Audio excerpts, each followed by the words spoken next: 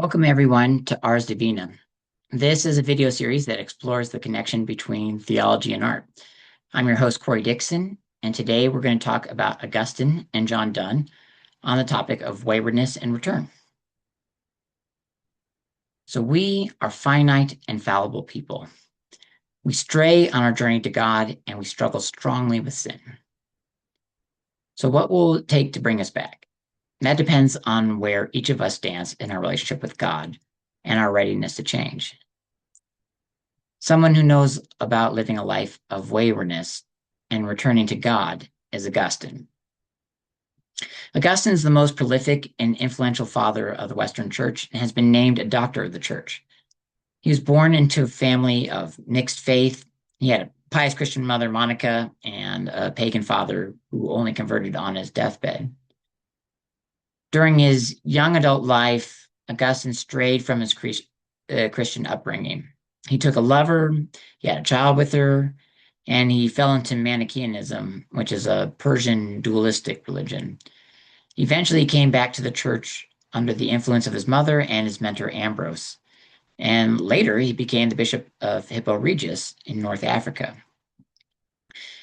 He described this path that he took in his spiritual autobiography, The Confessions. Now, spiritual autobiographies are not straightforward autobiographies. They're not designed to simply tell the reader what happened to the author and the author's life. They're not intended to share, interesting but minute details about one person's life with another. Instead, they're apologetical works of the Christian faith. Each has a theme, a lesson about faith that the author wishes to share with the reader.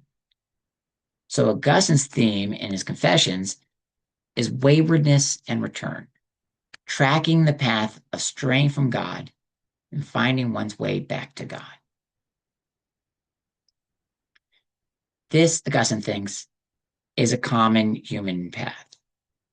Drawing heavily on Pauline theology, Augustine has a strong sense of sin and the need for grace. Paul felt that he remained off track in life, despite his role as a religious authority, until Christ broke in and literally knocked him down. So too, Augustine felt that all his religious questioning and his intellectual inquiry only took him away from God until God broke in and literally called Augustine to read the divine word. So Augustine famously hears a child's voice cry out in repetition, "Tolle et legere," take up and read, as he sits in a garden wrestling with the last portions of his reluctance to turn to God.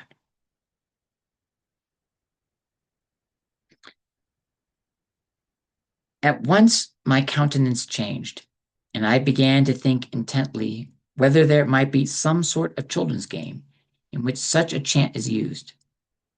But I could not remember having heard of one. I checked the flood of tears and stood up. I interpreted it solely as a divine command to me to open the book and read the first chapter I might find. And so from whom should he find inspiration? Paul, of course. So I hurried back to the place where Alypius was sitting.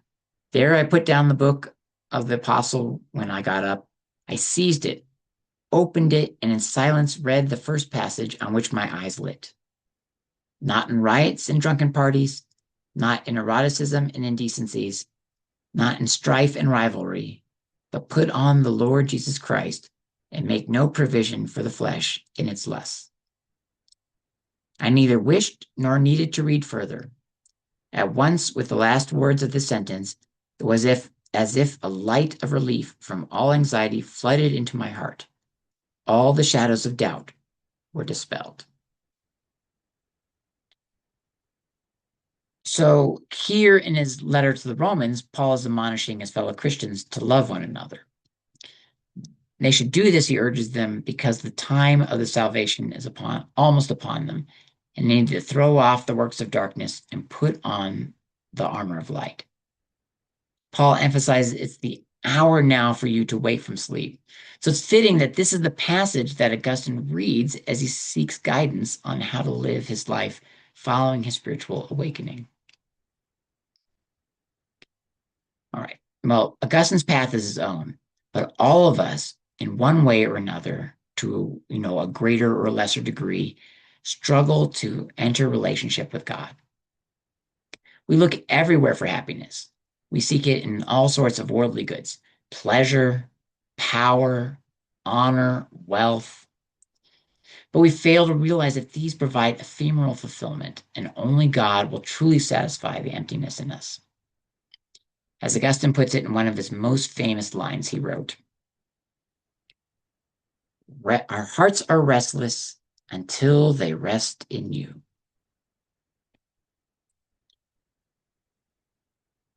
Our hearts are restless until they rest in you.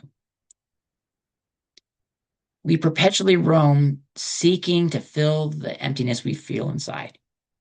We drift or we scurry from temptation to temptation, hoping each will fill our lack. But God is the totality that underlies everything. If we seek those worldly goods without looking for their underlying ground, they themselves will be lacking as well, unable to fill our own lack. And so we go on and on, lost from the eternal good, which has been present to us all along, whether obviously, as in Augustine's life, where his mother raised him in faith, or not so obviously. So the work of reestablishing our relationship with God is not always as peaceful as that famous quote of Augustine's may suggest. Augustine's restlessness evokes the unquenched thirst described in Psalm 42. As the deer longs for streams of water, so my soul longs for you, O God. From this imagery, we get a sense of satisfyingness that we expect to come with God's reentry into our lives. But Augustine has other ways he describes God's reentry, ones that recognize how difficult it can be to turn from a life of sin to one of faith. Further along in his introduction to his conversion story, Augustine welcomes God into his heart. In this passage, he uses more forceful imagery that suggests continued resistance on his part, even as he knows God intellectually and in theory wishes for God's presence. Cramped is the dwelling. Expand it that you may enter in. It is in ruins. Restore it. So Augustine's heart is small, and he himself cannot grow it. God must do so. Augustine's heart has been raised by sin. God must rebuild it with his love. The second quote of Augustine's bears resemblance to 16th century English poet John Donne's poem, "Batter My Heart, Three-Personed God." Even by its title, this poem steps up the sense of personal resistance and the divine forcefulness necessary to overcome it. This is a famous poem, and it's been referenced in recent years. It was a favorite of J. Robert Oppenheimer, and the reason he named the nuclear test site Trinity. So, for that reason, it was mentioned in the recent Christopher Nolan film Oppenheimer. And it's also been turned into an aria by John Adams in his opera on Oppenheimer, Dr. Atomic. It's an aria my wife loves. So here is the poem.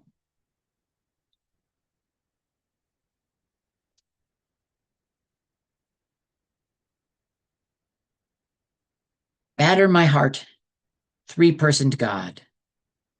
For you as yet but knock, breathe, shine, and seek to mend. That I may rise and stand, or throw me, and bend your force to break, blow, burn, and make me new. I, like an usurped town to another do, labor to admit you, but oh, to no end. Reason, your viceroy in me should defend, but is captive and proved weak or untrue. Yet dearly I love you, and would be loved fain, but am betrothed unto your enemy. Divorce me, untie or break that knot again. Take me to you, imprison me, for I, except you enthrall me, shall never be free, nor ever chaste, except you ravish me. All right, so let's look at this poem line by line and see what Donne is doing here. Batter my heart, three-personed God, for you as yet but knock, breathe, shine, and seek to mend. Batter my heart. Batter my heart. Donne starts with forceful imagery. He doesn't want God to be gentle with us, as he says God has been so far. For you as yet but knock, breathe, shine, and seek to mend. Knock. A gentle rap. Breathe. A soft breeze, or that life-giving breath we see first in Genesis chapter 2. Shine. Sun imagery used for God, the notion of warmth and pleasantness. Seek to mend. Donne has rent the fabric of his relationship with God, and God is sewing it up. These are all wonderful ways of seeing God working to bring us back to him. But as Donne will elaborate, his sinfulness is such that such benign measures will not work. Great poetry often uses contradictory imagery to make the reader think about ideas in new ways. And Donne is one of the greatest poets of the English language. And so he's a master at this. That I may rise and stand, o'erthrow me.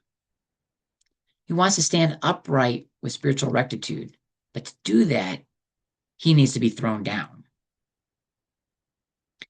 And again, he's calling on God to use force, right? And that invocation continues with the next line.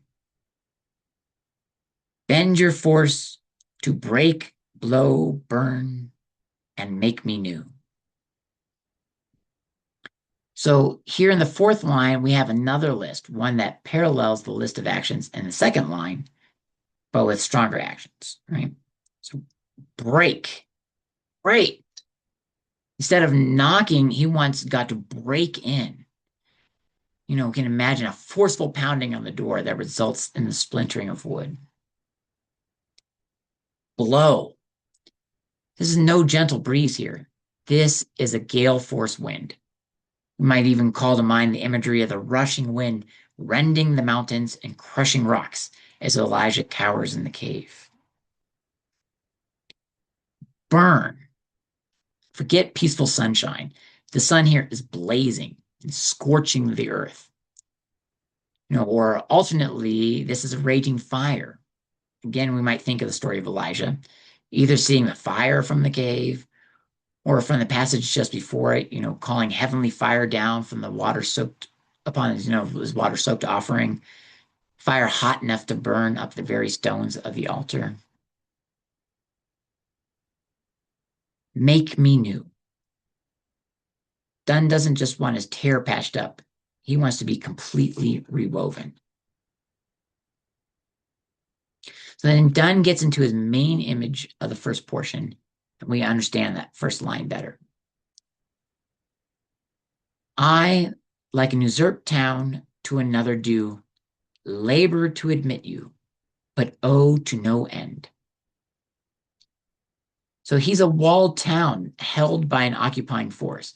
And the battering of his heart is God's army releasing the battering ram to break down the town gates. Donne wants to, even tries to admit God, but remains unsuccessful. Reason, your viceroy in me should defend.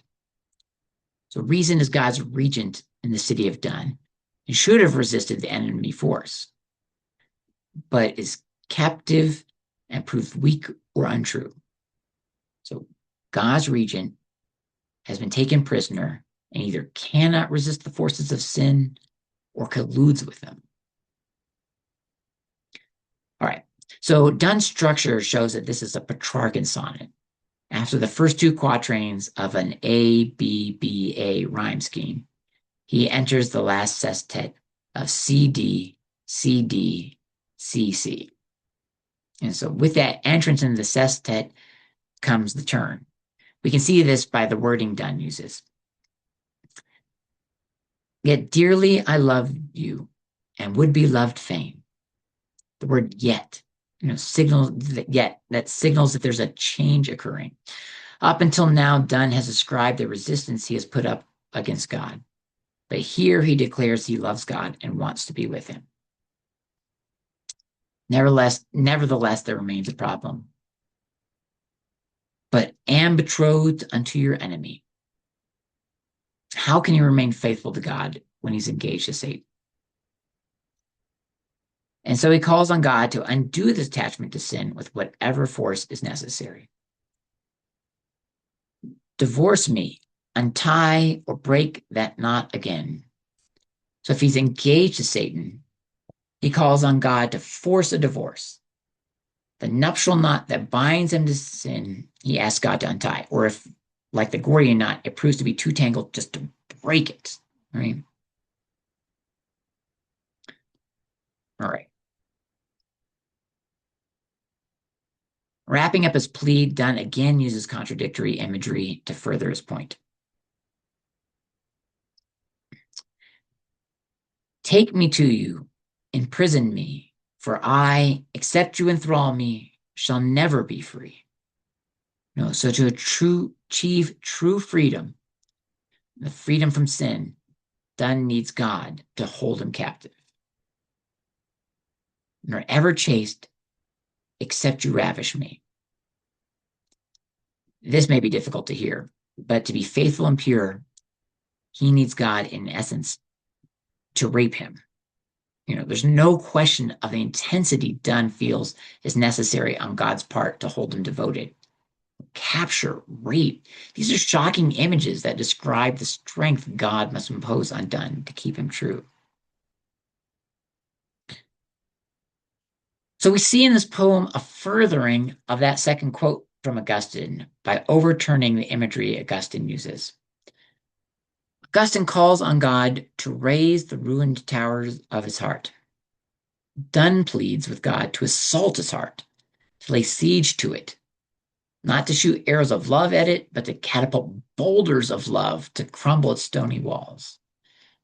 It's like Ezekiel writes, I will give you a new heart and a new spirit I will put within you. I will remove the heart of stone from your flesh and give you a heart of flesh. So Augustine's first quote, restless is the heart until it comes to rest in you. That suggests a passive waiting on the part of God for us to return. There's merit in this viewpoint. God giving us freedom, but always ready to welcome us back. It matches with the father in the parable of the prodigal son. But sometimes we need more. Augustine's second quote, cramped is the dwelling, expand it that you may enter in. It is in ruins, restore it. That quote suggests greater activity on God's part. Life ruins us. Sin ruins us. Living apart from God ruins us. And we need God to build us back up. We struggle to make room for God in our hearts. And we need God to make the room for God to enter in. Donne, however, shows God as most active. God forces his way in, not against our wills, but against the sin that has captured our wills. God breaks the hold sin has on us and pulls us free. So, where do you fall within this tripartite relationship with God and sin? Do you simply need to recognize the longing in your heart and find your way back to God? Do you, like the Grinch, have a heart 3 times too small that you need God to expand for you before he enters in? Or are you, against all reason, staunchly fighting God with all your might, putting up fierce resistance until God breaks in with force and takes over. Each of us may be in a different place. Each place in which we may be stuck is a real effect of sin. We need to be honest with ourselves about where we are so that we can ask God to enter in whatever way we may need and bring us back.